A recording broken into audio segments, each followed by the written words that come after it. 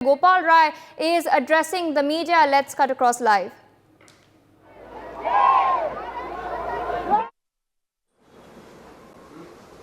पूरी पार्टी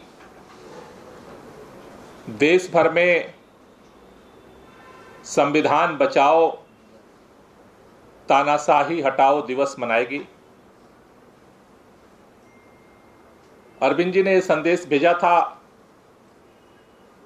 कि मोदी सरकार हमारे ऊपर, हमारी पार्टी के ऊपर जितनी भी ज्यादतियां कर रही है, जितने अत्याचार कर रही है, वो हम सब बर्दाश्त करेंगे।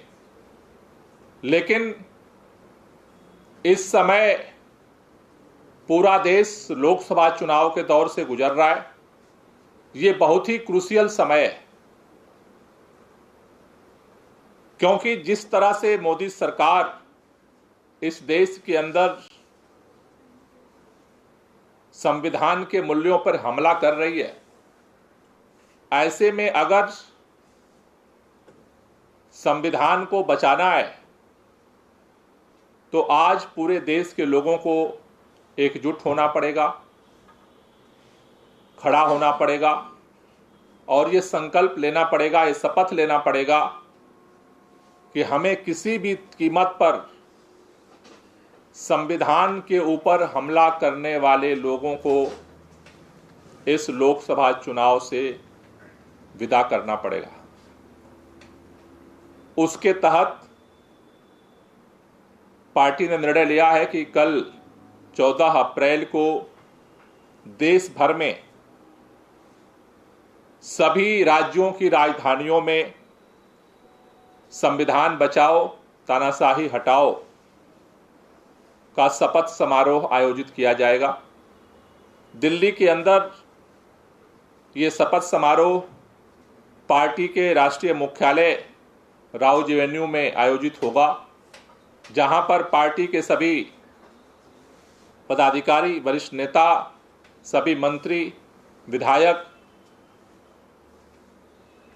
इस बात की शपथ लेंगे कि हम जो इस संविधान की मूल आत्मा है, उसका जो प्रियम्बल है, उसको पढ़ेंगे एक साथ सामूहिक रूप से और इसकी शपथ लेंगे कि इसको बचाने के लिए हम काम करेंगे।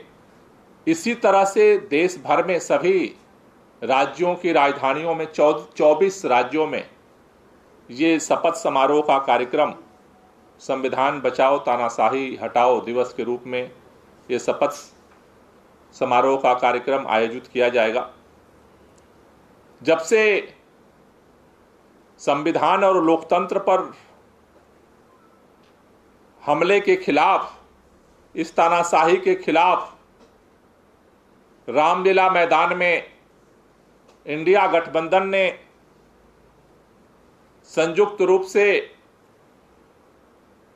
महारैली की थी, तब से मैं देख रहा हूं कि जगह जगह प्रधानमंत्री जी इसको लेकर के बयान दे रहे हैं।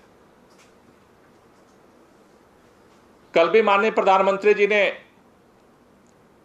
एक चुनावी सभा में बोला कि अगर डॉक्टर भीमराव अंबेडकर जी भी आ जाएं, तब भी वो भी इस संविधान को अब नहीं खत्म कर सकते।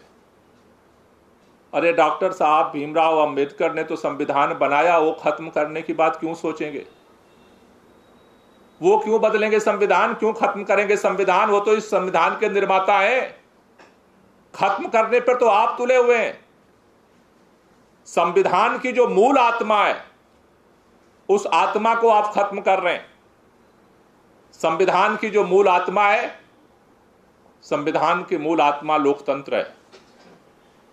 भारत के लोकतंत्र के जो प्रमुख पहलू हैं, वो हमारा उसमें सबसे पहला है संसद। आपने संसद नहीं बनाई, लेकिन संसद के जो मूल आधार है वो सत्ता पक्ष और विपक्ष है। सत्ता पक्ष और विपक्ष को मिला करके भारतीय लोकतंत्र की आत्मा पैदा होती है। लेकिन आपने नया संसद बनाया, उसमें नया इतिहास आपने क्या बनाया? एक साथ 150 से ज्यादा सांसदों को सस्पेंड करके सदन से बाहर कर दिया गया। और आपका लोकतंत्र जिंदाबाद है। अगर सारा विपक्ष बाहर रहेगा, सस्पेंड आप कर देंगे और उसके बाद जो मर्जी वो कानून पास करेंगे, तो ये संविधान पे हमला नहीं तो और क्या है? ये संविधान और लोकतंत्र के मूल्यों पे हमला नहीं तो और क्या है? आज देश के अंदर जिन भी विधानसभाओं में, जिन भी राज्यों में भारतीय जनता पार्टी की सरकार नहीं है, वहां पर आप क्या कर रहे हैं? जिन भी राज्यों में भाजपा की सरकार नहीं है, वहां पर आप क्या कर रहे हैं? वहां पर जनता के जनादेश को या तो खरीद रहे हैं, उसकी बोली लगा रहे हैं, या फिर एजेंसियों का डर दिखा करके विधायकों को तोड़ रहे हैं। जहां जहां विपक्ष की सरकार है, चाहे वो महाराष्ट्र में आपने करके दिखाया, महाराष्ट्र ने जो जिस तरह से तोड़ फोड़ करके सरकार को बदला गया, वो लोकतंत्र पे और संविधान पे हमला नहीं तो और क्या है? और कैसे हमला करना चाहते हैं आप? कर्नाटक के अंदर ये किया गया, गोवा के अंदर ये किया गया, मध्य प्रदेश के अंदर ये किया गया।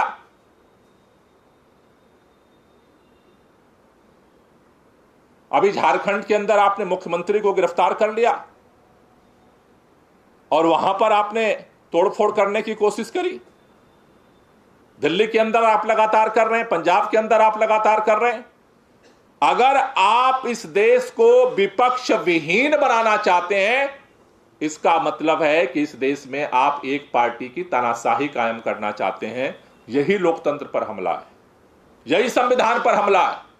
भारत के संविधान निर्माताओं ने जो सपना देखा भारतीय लोकतंत्र का, उसके दो मुख्य पिलर हैं, वो सत्ता पक्ष और विपक्ष। यह इसलिए जरूरी है कि जिससे कि कोई भी सत्ता अपने अहंकार में न डूब जाए, सदन के अंदर भी उससे सवाल पूछे जाएं और सड़क के चुनाव के अंदर भी उसके अंदर इस बात का डर बना रहे कि जनता के पास विकल्प है, वो बदल भी सकती है। बात केवल विधानसभाओं की नहीं है, देश के अंदर चुनाव आयोग को आपने अपने कंट्रोल में लेने का निर्णय ले लिया। तीसरा, संसद विधानसभा के बाद चुनाव आयोग वो संस्थान है जो इस देश के अंदर निष्पक्ष चुनाव की गारंटी करता है। आपको चुनाव आयुक्त के नियुक्ति में अगर चीफ जस्टिस के रहने से आपको किस बात का डर है? आपने 3 मेंबर कमेटी में 2 मेंबर अपने बना लिए। अगर चीफ जस्टिस ऑफ इंडिया चुनाव आयुक्त के सिलेक्शन कमेटी में अगर होते तो किसको खतरा था? किस बात का डर था? डर इसी बात का तो था कि जिसको आप अपने मर्जी से चुनाव आयुक्त बनाना चाहते हैं, उस पर सवाल उठ सकते थे। संसद आपकी मुट्ठी में चाहिए, विधानसभाएं आपकी मुट्ठी में चाहिए, चुनाव आयोग आपकी मुट्ठी में चाहिए। यह तानाशाही नहीं है, लोकतंत्र पर हमला नहीं है, संविधान पे हमला नहीं है, तो और क्या है? और कैसे हमला करना चाहते हैं आप? बात चुनाव आयोग तक की नहीं है,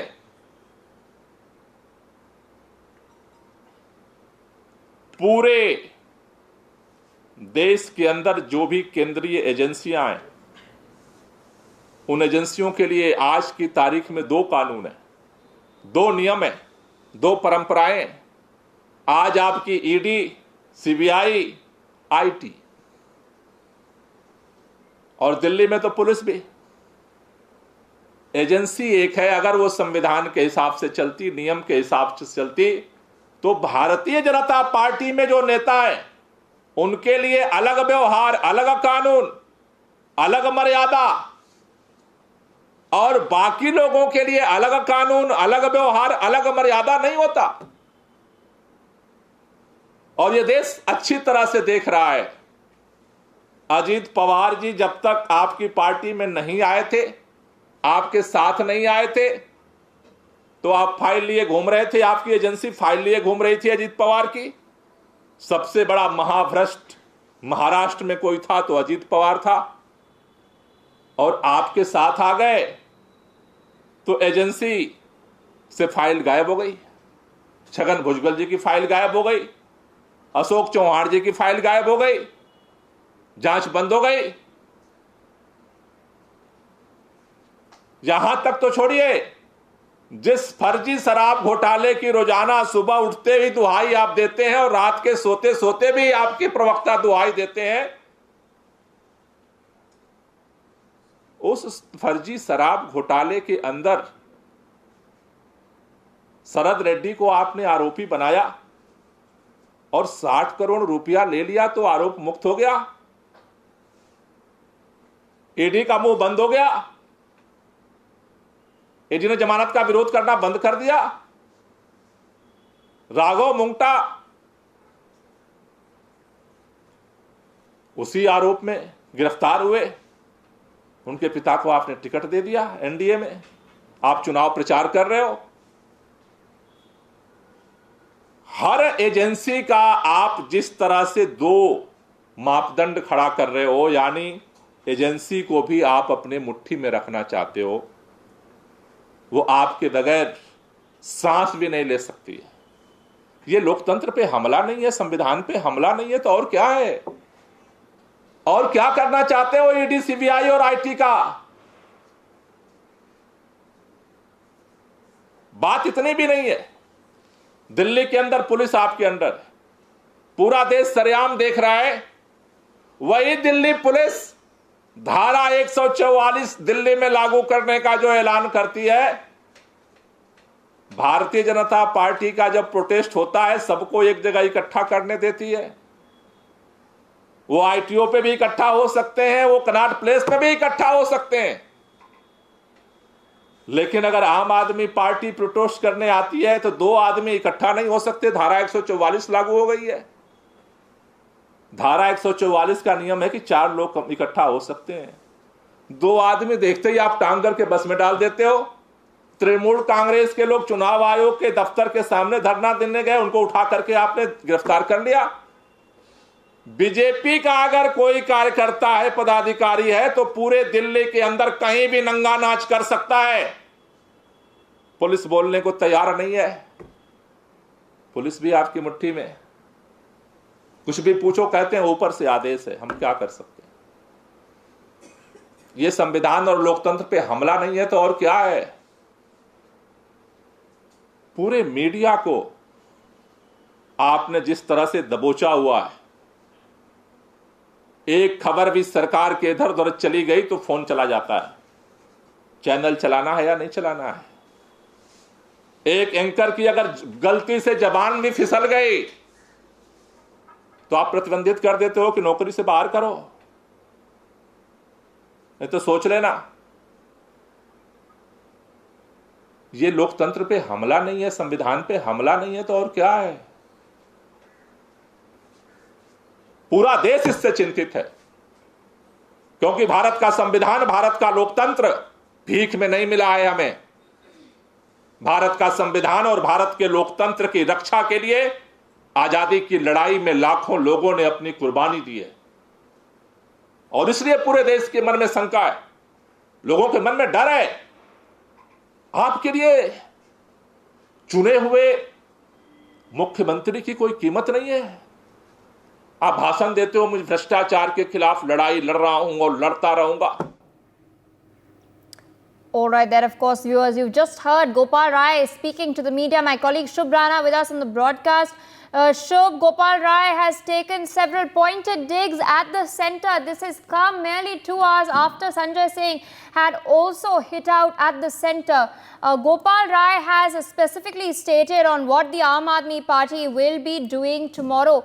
They have stated that they will mark Ambedkar Jayanti by celebrating a safe constitution, remove dictatorship Divas. All Aam Aadmi Party leaders will be reading the preamble across the country. He's also taken a dig stating that BJP is destroying the soul of the constitution. But this is not all.